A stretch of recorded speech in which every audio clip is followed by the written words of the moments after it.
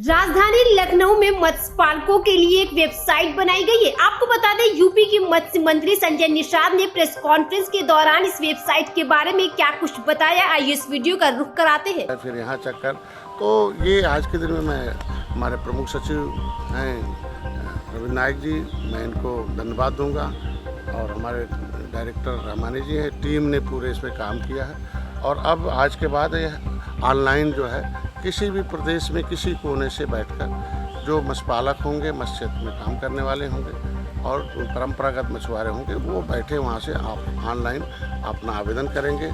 समितियों में पहले नियमावली थी 1983 की कि एक क्षेत्र में 21 समितियां बनेगी, लेकिन अभी बहुउद्देशीय हो गई हैं। माननीय गृह मंत्री को धन्यवाद दूंगा कि उन्होंने समितियों को दायरा बढ़ा दिया, बहुउद्देशीय हो गई हैं। तो उसके लिए पहले मछली पालन ही एक था, अभी विपणन और इसमें बहुत ढेर सारे स्कोप आ गए हैं। तो अभी आ गया कि नहीं, मछली पालन के समितियां भी बहुउद्देशीय काम करेंगी, लेकिन उसका जो ठेका पट्टा होगा उस न्याय पंचायत के अंदर रहने वाली जो समितियां होंगी वही आपस में लेंगी, ठीक है। वो बाहर की कोई समिति वहाँ नहीं जाएगी। नहीं पता चला फिर वही बड़े दबंग मजबूत लोग फिर कहीं इधर उधर जाके फिर हर जगह जाते, तो हमारे उस पर आ गया, तो उसको भी सुधार हो गया है। अभी समितियों के जो निबंधन की प्रक्रिया थी वो बहुत धीरे थी और उसके वजह से हमें आज के दिन में इसको हाईटेक करना पड़ा है और उसके लिए आज से होगा। उसका टाइम भी हम लोग निर्धारित कर रहे हैं कि ग्राम जो हमारे जैसे ऑनलाइन कर देगा तो जैसे सब दिखेगा, मतलब जिले पर अधिकारी जो हमारा जिला मत्स्य अधिकारी है, फिर हमारे जो मंडल मत्स्य अधिकारी डीडीज होते हैं, जो निदेशक हैं, और हमारे निदेशालय में वो सारे लोग उसको टाइम के अनुसार हम लोग उसको निर्धारित कर रहे हैं कि कम से कम समय में वो समितियां हैं, कोशिश करके उसका टाइम भी पड़ जाएगा कि एकदम लिमिट के अनुसार ऑनलाइन उन्हें सब कुछ दस्तावेज भी जमा करेंगे, ऑनलाइन वो बैठक भी करेंगे, ऑनलाइन वो अपना वीडियोज भी उस पर लोड कर देंगे, फोटोग्राफ लोड करेंगे, सबसे कॉन्टैक्ट नंबर भी उसमें रहेंगे और उन्हें ऑनलाइन ही सारे दस्तावेज मिल जाएंगे। और जो भी प्रमाण पत्र चाहते हैं, काम करना चाहते हैं, वो समय कम होगा, पैसे का नुकसान नहीं होगा और इसमें जो भी पारदर्शिता है वो आसानी से होगा इस क्षेत्र में है। ये पहला तो ये काम था। दूसरा, एक शासनादेश में परिवर्तन किया गया कि समिति के लोग निषाद राज बोट योजना एक माननीय मुख्यमंत्री यहाँ की भारतीय योजना थी, उसमें समितियों के लिए अवसर नहीं दिए गए थे। तो आज के दिन में उसमें था कि समितियों के लोग भी अगर गरीबी रेखा के नीचे आते हैं तो उनमें ही कम से कम हर समितियों में 8-10 लोग दे सकते हैं। ऐसा उसमें आज के दिन में उसका एक शासनादेश नया जारी हो गया कि समिति के लोग भी हैं, उसको भेज दिया गया है। दूसरा, हमारे यहाँ एक महिलाओं के सशक्तिकरण के लिए है कि एरेटर सिस्टम है और एरेटर में 75 जो मैंने पिछले बार उद्घाटन किया था तो उसमें सभी लोग ले सकते थे, लेकिन अभी है कि पट्टे धारक की महिलाओं को, जो महिला पट्टे धारक होगी वो उसको प्राथमिकता दी जाएगी। जब वो महिला पट्टे धारक नहीं होगी तब तो कोई भी उस क्षेत्र में विकास के लिए उसको दिया जा सकता है। ये बहुत है। अब नया शासनादेश हुआ है मछुआ कल्याण कोष में, बार बार जो मैं कह रहा था आपको कि इनके बच्चों की शिक्षा के लिए, इनके कोचिंग के लिए, इनके तो हमारे यहाँ जो पिछड़ा वर्ग जो विभाग है, कल्याण जो अनुभाग है, उसके अनुसार जो शासनादेश है उसके अनुसार हमारे यहाँ भी एक नियमावली है कि मछुआरों के बच्चे जो हमारे यहाँ शासनादेश है, केवट मल्लाह बिन कश्यप नहर जीवन रखवा बातम तो रहा, जो राजस्व संहिता 2016 के अनुसार वो अनुमन्य जातियाँ हैं, ऐसे बच्चों के लिए उनके 3 कैटेगरीज हैं, 1, 2, 3, 4 कैटेगरीज। तो चारों कैटेगरीज के लिए लोगों के लिए अलग अलग है कि परास्त मतलब हाई स्कूल से ऊपर वालों के लिए है कि वो अपना शिक्षण शुल्क जो भी है उनके लिए एक नियम बना दिया गया कि अगर वो अधिक है तो कम है, या फिर उसके लिए कैपिंग है कि अगर वो 50,000 से कम है, 20,000 है, 10,000 ऐसा है। तो आज के बाद इनके बच्चों के लिए जो, क्योंकि कहते हैं शिक्षा जो है वो एक ऐसा चाबी है कि जो भी ताले खोल सकते हैं खुलना, तो गरीबी इनकी ख़त्म करनी, शिक्षा बहुत ज़रूरी था। तो शिक्षा के लिए हमारी सरकार हर क्षेत्र में कर ही रही थी, लेकिन ये चूँकि मत्स्य क्षेत्र में इनके पास ट्राइबल हैं, पिछले अंग्रेज़ों मुग़लों ने इन्हें उजाड़ा था कानून बनाकर, तो क्रिमिनल कास्ट घोषित कर दिया था, इसलिए इनकी दशा बहुत ख़राब है। तो इनके बच्चे पढ़ लिख लेंगे तो पढ़ने के बाद आराम से लोगों के पास ज्ञान हो जाएगा। तो ऐसे में उसको भी हम लोग ऑनलाइन ही व्यवस्था सारा कुछ ऑनलाइन हो गया है। उसके हिसाब से उनके आज के दिन में शिक्षा के लिए एक खोल दिया गया है। और आज ये उद्घाटन इसीलिए किया गया कि समितियों के लोग हैं, पहले समितियों के लिए था कि पहले ठेके लेते थे लोग, पता चला कि ठेकेदार भाग जाते थे, राजस्व का नुकसान होता था, उस क्षेत्र में मछली का उत्पादन नहीं हो पाता था। तो उसके लिए पिछले बार शासनादेश हुआ था कि उसमें हैसियत लगा दिया जाए। लेकिन समितियों के लिए, चूँकि अभी नई समिति बन रही है, समितियों के पास ये अवसर नहीं थे, तो उसके लिए था कि उनके पास हैसियत नहीं बन पा रहा था, तो आज उसमें भी उनको छूट दे दिया गया कि समितियों के लोग हैसियत की जगह पर अपना बैलेंस शीट जो है पॉजिटिव रखें, बैलेंस शीट के आधार पर लाभकारी बैलेंस शीट हो। और दूसरा उनके पास वो जो क्या नाम है, किस तरीके से वो बैंक के गारंटी है, एफडी जो है वो 50% देने होते थे, वो नहीं होता। तो आज उनके लिए हमारे तमाम समितियों क्षेत्र में जब हम लोग जनता दर्शन में या जनसंपर्क में जाते थे हम लोग क्षेत्रों में, तो उनका पहला था कि साहब हम लोग समिति नहीं बन रही है, हम लोग समिति नहीं बना पाते, हम लोग समूह में काम नहीं कर पा रहे हैं। तो हमारे विभाग ने आज लगातार मेहनत करके इसमें समिति का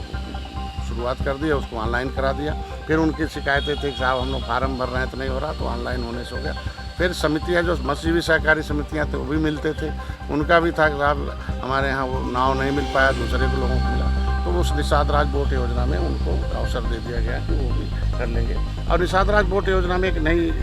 आ रही कि पहले था कि वो कुछ लोग उसको नाव सप्लाई करते थे, अभी उन्हें छूट दे दिया गया है कि कोई भी मछुआरा नाव बना ले, लकड़ी लाकर बना ले और बनाकर सही बनाए अपने हिसाब से,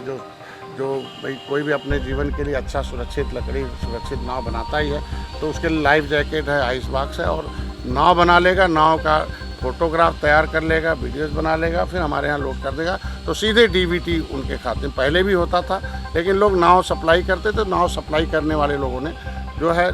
जो कुछ शिकायतें मिली कि नहीं वो स्टैंडर्ड नाव नहीं है जिस लकड़ी से बनना चाहिए, जिस मानक से बनना चाहिए, तो उसको ख़त्म करके जिसकी नाव में चलना है वो हमारे स्टैंडर्ड मेंटेन है, वो खुद ही बना लेगा, अपना सीधे ले लेगा। तो उससे कम से कम वो अपने उसका जो मूल्य होता है वो अपने हिसाब से कुछ अपना शेयर लगा लेगा, बाकी शेयर हमारे यहाँ से मिल जाएगा, तो नाव बनाकर सुरक्षित जैकेट वगैरह सब ले लेगा, ठीक हो जाएगा। ये बहुत महत्व था और इनके लिए था कि इस क्षेत्र में आकर समितियाँ मानी, हमारी सरकार की भी एक सोच है, एक मंशा है कि समूह में विकास हो, क्योंकि कंपनी समूह में विकास कर लेती है, तमाम फेडरेशन और कर लेते, तो मत्स्य क्षेत्र में काम करने वाले भी अधिक से अधिक समूह बना लें, अधिक से अधिक लोग काम करें, लेकिन ठेका पट्टा अपने क्षेत्र में लेंगे, वो बाकी काम दूसरे क्षेत्र में करेंगे। क्योंकि इसमें मछली बाहर से कोई मांगता है तो उसमें विवाद होते थे, तो उस विवाद को ख़त्म कर दिया गया कि नहीं, बाहर का आदमी उस क्षेत्र में। बाकी हमारे यहाँ एक सदार जल नीरा की व्यवस्था पहले भी हुई थी, तो उसमें आ गया, उनकी भी समिति नहीं बन पा रही थी। एक क्षेत्र में खंड बनना था तो उस खंड में एक ही बनना था, वो भी नहीं बन पा रहा। तो ऐसे जल नीरा समिति जो नदियों का था कि 8 जो बड़ी नदियाँ हैं, गंगा है, यमुना और बेतवा है, उस पर यहाँ की 5 किलोमीटर का है, और बाकी जो और नदियाँ हैं जहाँ है उनके लिए 8 किलोमीटर का था। तो अधिक से अधिक जो है इन समितियां बन जाए, इसके लिए टारगेट दे रखा गया, और आगे जल्दी बन जाए उसके लिए हमारे लोग काम कर रहे हैं। और उसमें भी अब समितियां कई बन जाएंगी, तो ये जो शासनादेश हुआ था राशि का चेंज करके अभी कि जो है वो अपना वहाँ अपने ही उसी क्षेत्र के लोग समिति बनाएंगे और उसी क्षेत्र के लोग लेंगे, एक व्यक्ति दूसरे क्षेत्र में नहीं जाएगा। अभी तो हमारे यहाँ तो रजिस्टर्ड फेडरेशन में 1106 समितियाँ हमारे यहाँ, लेकिन अब हमारे यहाँ बहुत कुछ समितियाँ तो अब चूँकि 546 तो अलग से बननी थी, लेकिन अब वहाँ एक क्षेत्र में 4, 5, 2, 3 बन जाएंगी, तो कई लोग मिल के काम करेंगे, समूह में रहेंगे, तो कोई मछली पालन करेगा, कोई सप्लाई करेगा, कोई उसको विपणन करेगा, वो कई चीज़ें एक ही आदमी नहीं, अलग अलग मिल के तालमेल मिला के करेंगे, ये हमारे कहने का मतलब था। और इसके लिए तत्परता से अधिक समितियां बन जाए, जिससे राजस्व का वृद्धि हो, रोजगार बढ़े, और लोग शिक्षा हो, और उनके लिए कम से कम जो हमारे यहाँ प्रोटीन की डिफिशियंसी वो पूरा हो, और उत्तर प्रदेश को मत्स्य क्षेत्र में हम लोग आत्मनिर्भर बना सकें, इसके लिए हम लोगों ने काम किया। बाकी कुछ वर्ल्ड सेंचुरीज हैं, कछुआ का जो क्षेत्र है, तो उसके लिए मार्गदर्शन मांगने के लिए भेज दिया गया। आगे अभी हमारे यहाँ प्रधानमंत्री मत्स्य संपदा योजना है, उसमें था कि माननीय मुख्यमंत्री के साथ बैठक हुई थी, उन्होंने सख्त हम लोगों को एक सुझाव दिया था, निर्देशन दिया था कि उत्तर प्रदेश में मत्स्य क्षेत्र का जो ट्रेडिशनल फिशरमैन है, जो परंपरागत मत्स्य पालक हैं, उन्हें प्राथमिकता दी जाए, चाहे योजना आए उस पर, या मछली पालन हो या फेटे पट्टे हो, तो उसके लिए अभी इन्होंने कर दिया है। बाकी प्रधानमंत्री मत्स्य संपदा योजना में हम लोग भारत सरकार से गाइडलाइन मांग रहे हैं कि भाई पहले से था कि मछुआरे के मछुआ हो या मत्स्य पालक हो और या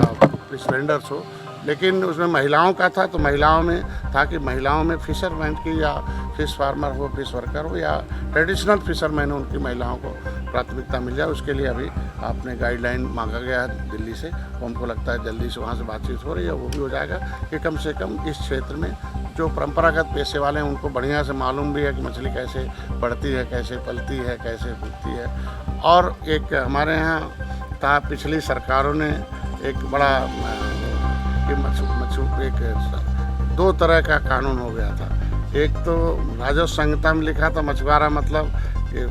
15 जातियों का जिक्र था। दूसरा एक कैबिनेट में आ गया था कि नहीं, जो मछली पाले वही मछुआरा है, तो ये कंट्राइंडिकेशन हो गया था। उसको फिर हम हमारे पिछले में कैबिनेट में चेंज कर दिया कि नहीं, जो राजस्व संहिता में लिखा हुआ वही है। उसमें जो 1 वर्ष लिखा गया उसको भी हम लोग चाहते 10 वर्ष हो जाए, क्योंकि जब लंबे समय से कोई मांगता है 1 साल से तो कोई दिखा देगा, तो उसमें भी कमी हुई। हमको लगता है कि जब मैं आया हूँ तो पहली बार में आपने देखा होगा कि 85,000 पार के आधार पर आए थे, 15,000 के आसपास में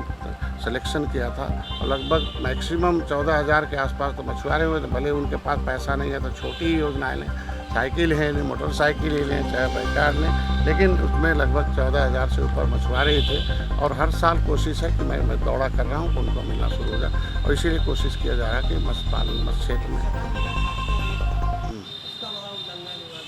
बुलंदशहर कासगंज में जो है जो क्राइटेरिया तो उससे ज़्यादा जो है पट्टे हो गए हैं 13 अब इसको अब माननीय प्रमुख सचिव हैं का जवाब देंगे, डायरेक्टर हैं, वो शासनादेश का पालन कराएंगे, निश्चित रूप से संज्ञान में आए। अब से उसमें जो भी जांच होगा, जो उसमें दोषी होगा। एक्चुअल में देखिए, पहले बात तो जो माफिया थे उन माफियाओं को ख़त्म करने के लिए इस शासनादेश को लाया गया था कि वो पहले 50-50, 40-40 किलोमीटर ले लेते थे, 1-1 किलोमीटर बेचते थे। तो निश्चित रूप से माफियाओं की जड़ नहीं, तो उसमें जड़ें बहुत उनकी रहती थी। तो मैं निश्चित रूप से, अब जब मैं गया हूँ, आया है तो अधिकारी हैं तो उनके ऊपर, अब इसीलिए तो इसको ऑनलाइन कराया जा रहा है कि यहाँ से देखेंगे कि कहाँ उस शासनादेश में कमी है। भाई पहले तो ऑफिस में आता था कि यहाँ दे दिया बन रहा, वहाँ दे दिया वहाँ बन रहा, वहाँ बन रहा है, तो पता चला कि ऑफलाइन होने के नाते ये जांच करो तो फिर जांच में पता चलता। लेकिन अब ऑनलाइन इसीलिए किया गया कि उस शासनादेश का अक्षर से पालन होगा और उसमें देखा जाएगा जो निष्क्रिय होगा, उदासीन होगा, या उस शासनादेश में जो उसमें अपने उसमें दिया गया था कि इसे समय सीमा के अंदर पूरा किया जाए।